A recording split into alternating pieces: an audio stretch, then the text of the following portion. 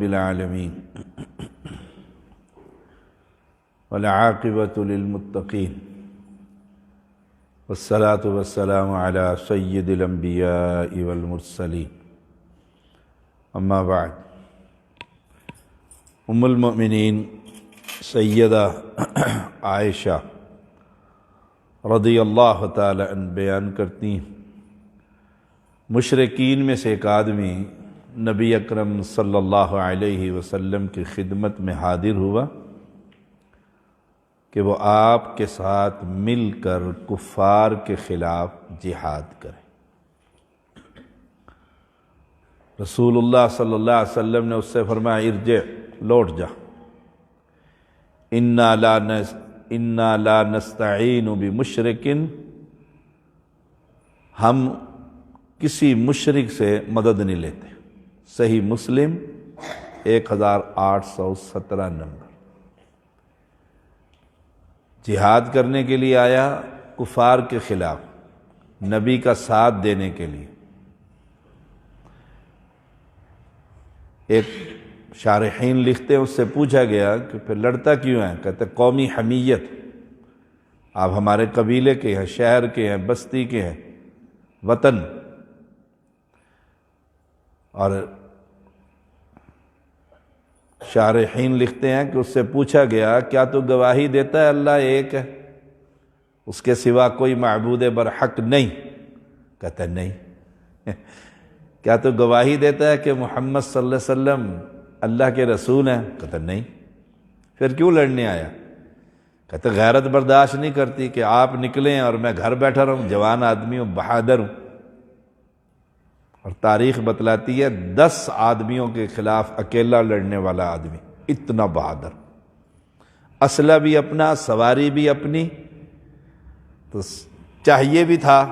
آپ نے فرمایا ارجع، لوٹ جا۔ یہاں مشرک پلیت آ کر جہاد کے نام پر سب سے بڑے شہید، اہل شرک سٹیج پر بیٹھے ہوتے ہیں مجاہدین کے ساتھ، نعرہ حیدری لگتا ہے مارکا لڑتے ہوئے، اور کشمیر آزاد ہوگا۔ آزاد ہو بھی جائے، اللہ کرے ہو جائے، ہماری دعائیں ہیں، تو ایسا ہی ہوگا جیسے پاکستان میں بے دینوں کی حکومت ہے۔ وہاں سارے یہ چڑھ دوڑیں گے، جتنے یہ غدار قوم ہیں جنہوں نے تحریک جنگ آزادی میں 1957 میں انگریزوں کا ساتھ دیا تھا، انہی کی نسل اسمبلیوں میں بیٹھی ہوئی۔ تو عقیدے کی بات یہ ہے کہ جو شخص اللہ کو نہیں مانتا اس کا جہاد کیسے؟ جو رسول اللہ صلی اللہ علیہ وسلم پر ایمان نہیں، وہ مسلمانوں کے قافلے میں شریک کیسے؟ سبحان اللہ۔ اس منہج پر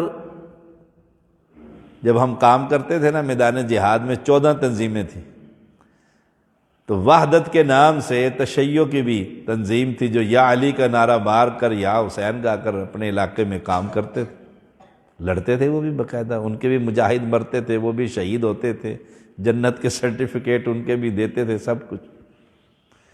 یاد رکھیے گا، عقیدے کے بغیر ہر عمل بیکار۔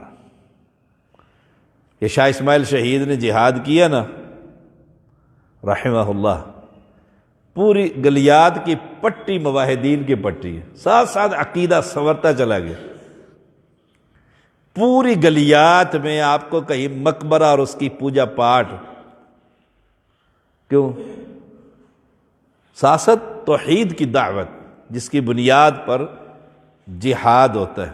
تو ہم ان اپنے تنظیموں سے کہتے ہوتے ہیں، اس وقت بھی کہتے رہے، اب بھی یہی پیغام، خالص موحدین جب جہاد کریں گے اللہ ضرور مدد کرے گا۔ قرآن کہتا ہے انتم الاعلون ان کنتم مؤمنین، غالب تم رہو گے اگر تم مومن ہوئے تو۔ جب مومن نہیں ہوں گے تو غلبہ نہیں ملے گا، غلبہ نہیں ملے گا۔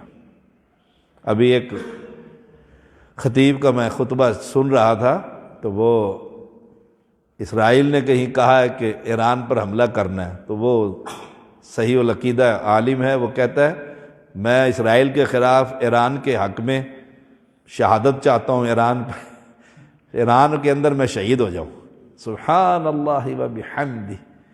جو جن کا عقیدہ یہ ہے اللہ سے مانگ کر دیکھ، اگر نہ ملے تو حسین سے مانگ لے، سب کچھ مل جائے گا۔ جن کا عقیدہ یہ کہ علی، حسن، حسین، فاطمہ اور محمد یہ 5 مل کر اللہ بنتا ہے۔ گاڑیوں کے پیچھے بھی لکھا ہوا ہے، آپ نے دیکھا ہوگا، الف کے اندر محمد لکھا ہوتا ہے، لام کے اندر علی لکھا ہوتا ہے، دور سے اللہ لگتا ہے، جب بالکل قریب جاؤ گے پھر آپ کو پورے نام آپ پڑھ جائیں گے کہ یہ 5 مل کر اللہ بنا ہے۔ یہ تو عیسائیوں سے بھی آگے ہو گئے، وہ 3 کو کہتے تھے، یہ 5 کو لے۔ تو سبحان اللہ و بحمدہ۔ سیدنا انس رضی اللہ تعالیٰ عنہ بیان کرتے ہیں، جمعہ کے دن رسول اللہ صلی اللہ علیہ وسلم خطبہ ارشاد فرما رہے تھے۔ ایک آدمی مسجد میں اس دروازے سے داخل ہوا جو دارالقضاء کی طرف تھا۔ وہ رسول اللہ صلی اللہ علیہ وسلم کے سامنے کھڑا ہو کر عرض کرنے لگا، اللہ کے رسول صلی اللہ علیہ وسلم، مال مویشی تباہ ہو گئے، راستے کٹ گئے، اللہ سے دعا کیجئے ہم پر اللہ تعالیٰ بارش برسا دے۔ دوران خطبہ ثابت ہوا کہ مقتدی اٹھ کر خطیب سے بات کر سکتا ہے۔ سب سے عظیم خطیب محمد الرسول اللہ صلی اللہ علیہ وسلم، ان کا ادب، احترام، ان کی شان و عظمت اللہ کے ہاں کتنی ہے۔ لیکن وہ شخص آیا دیہاتی گاؤں سے اور دوران خطبہ ہی کھڑا ہو گیا۔ تو ثابت ہوا کہ کسی خطیب کو کوئی مسئلہ ہو، ایمرجنسی، تو وہ کھڑا ہو سکتا ہے، شرارت کے لیے نہیں۔ یہ میرا یہ مسئلہ ہے کہ مویشی مر گئے، بارش نہیں ہو رہی، قحط سالی کی طرف جا رہے ہیں، اللہ سے دعا کریں۔ رسول اللہ صلی اللہ علیہ وسلم نے دونوں ہاتھ اٹھائے، فرفع یدی۔ ثابت ہوا کہ دعا کے لیے اگر کوئی شخص کہے تو امام ہاتھ اٹھا سکتا ہے۔ کچھ لوگ کہتے ہیں ہاتھ اٹھانے ہی نہیں، بالکل فارغ۔ افراد کا شکار ہو گئے ہیں افراد، اور کچھ تفرید کا شکار ہو گئے ہیں کہ ہر نماز کے بعد ہی اٹھانے، دونوں ہی غلط۔ اب مقتدی نے کہا تو آپ نے دونوں ہاتھ اٹھائے اور کہا، اللہم اغثنا، اللہم اغثنا، اللہم اغثنا، اے اللہ ہم پر بارش برسا، اے اللہ ہم پر بارش۔ ہم بھی روز آج فجر پہ ہم نے کہا نا، یا اللہ ہم پر رحمت کی بارش برسا دے۔ کھانسی، بیماریاں، خشک، سردی، اللہ ہم پر بارش برسا دے، رحمت کی بارش برسا۔ اب سیدنا انس خادم رسول کہتے ہیں، دور دور تک بادل کا کوئی چھوٹا سا ٹکڑا بھی نہیں تھا، یعنی دھوپ نکلی ہوئی فرسٹ کلاس، جمعے کا دن ہے، نہ ہمارے اور پہاڑ کے درمیان کوئی گھر یا حویلی، کچھ بھی نہیں تھی۔ اچانک پہاڑ کے پیچھے سے ایک بادل نمودار ہوا، آسمان کے درمیان میں آیا، پھیل گیا، برسنے لگ گیا۔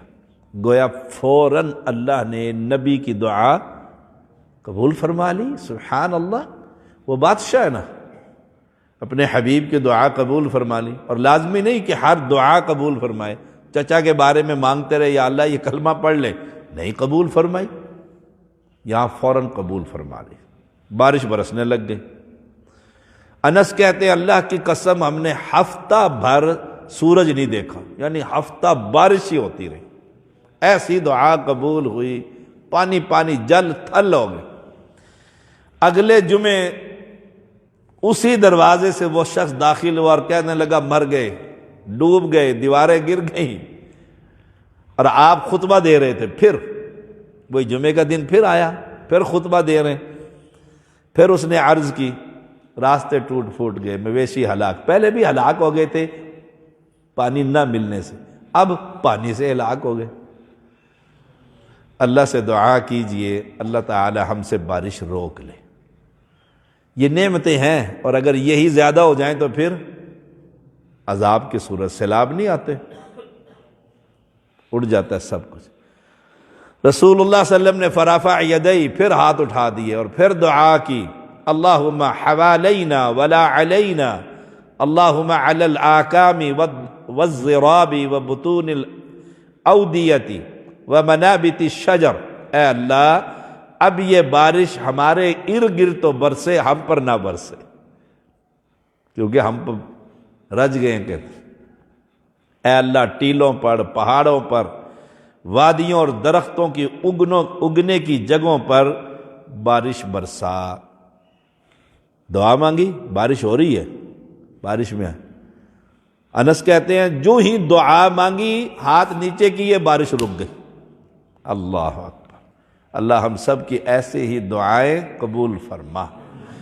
اس لیے شارحین لکھتے ہیں کہ کبھی بھی اولاد کو بد دعا نہیں دینی چاہیے، پتہ نہیں قبولیت کا وقت ہو، پتہ نہیں، ماں کہتی نہیں مر رہی جاوے، پیو کہتا پتہ نہیں کدوں میں منگیا سی آگے لگے گا اس کڑی نو۔ اولاد کے لیے بد دعا نہیں مانگنی چاہیے، خیر مانگنی چاہیے، اللہ ہدایت دے۔ فوراً رک گئے، اور ہم نماز پڑھنے کے بعد دھوپ میں چل کر گھروں کو گئے۔ اب یہاں نبی کو نہیں پکارا جا رہا ہے، نبی سے کہا جا رہا ہے کہ اپنے رب سے بارش کی دعا کر، اپنے رب سے بارش کی رکنے کی دعا کر۔ گویا نیک آدمی سے دعا کا وسیلہ زندہ سے کیا جا سکتا ہے۔ ہم چودھری عبدالحمید صاحب سے کہیں، غلام فرید صاحب سے کہیں، سعد انجینئر سے کہیں کہ بھئی دعا کرو، آپ نیک آدمی ہیں ہمارے لیے، تو ایسے دعا کی جا سکتی، کروائی جا سکتی، لیکن مرنے کے بعد کہ وہ قبر میں پڑا ہے اور بابے کے اوپر کھڑے ہو کے کہ بابا جی، وہ بالکل حرام ہے۔ اللہ ہم سب کو ہدایت دے، صلی اللہ علیہ النبی۔